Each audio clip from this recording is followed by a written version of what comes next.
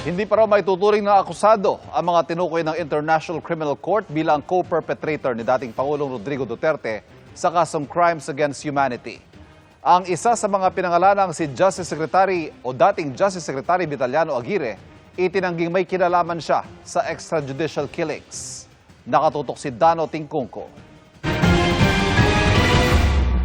8 kilalang kaalyado at dati mga opisyal ng Administrasyong Duterte ang tinukoy sa dokumentong inilabas ng International Criminal Court na mga co-perpetrator o kasabwat ni dating Pangulong Rodrigo Duterte sa kanyang war on drugs.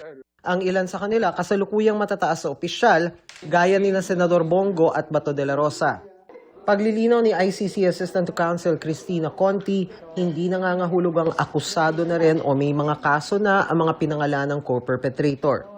Binanggit lamang sila sa konteksto ng pagkukwento kung ano ba ang ginawa ni Duterte.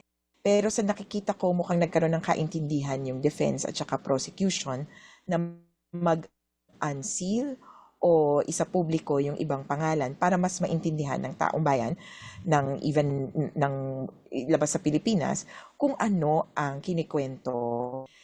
Kumbaga makakatulong ito dun sa pagkukwento nila sa papel ni Duterte. Kahapon, nauna nang itinanggi ni Senator Go ang mga paratang na anyay walang batayan, hindi patas, hindi makatarungan at walang kaugnayan sa katotohanan.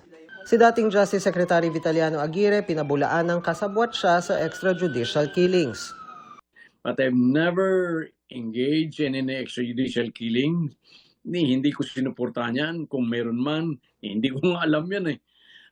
As a matter of fact, during my time as Secretary of Justice, they made a big fuss about the killings of Kian de los Santos, Carlos Arnaiz, and Culot de Guzman.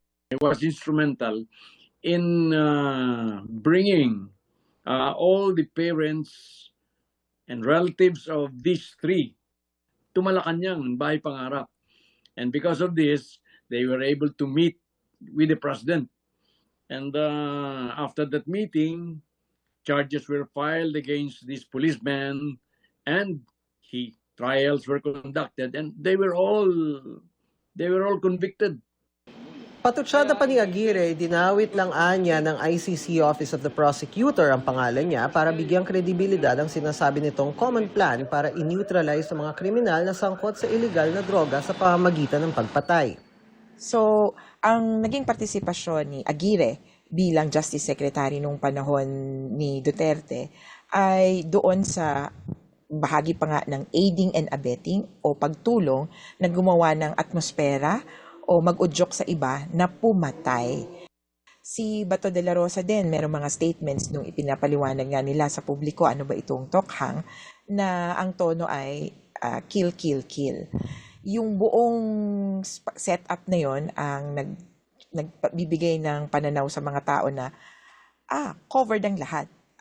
Tokhang is a national policy. Sinisikap pa naming kunin ang pahayag ng ibang mga pinangalanang co-perpetrator pero wala pa rin silang tugon sa ngayon. Sa susunod na Lunes, February 23, magsisimula ang confirmation of charges hearing kay Duterte. Araw-araw maliban sa Miyerkules, 10 a.m. to 3 p.m. The Hague time o 5 to 10 p.m. oras sa Pilipinas. Sa pagdinig, aalamin kung may sapat na basehan para tumuloy sa paglilitis si Duterte. Para sa GMA Integrated News, Dano Tingkungko, Nakatutok 24 Oras.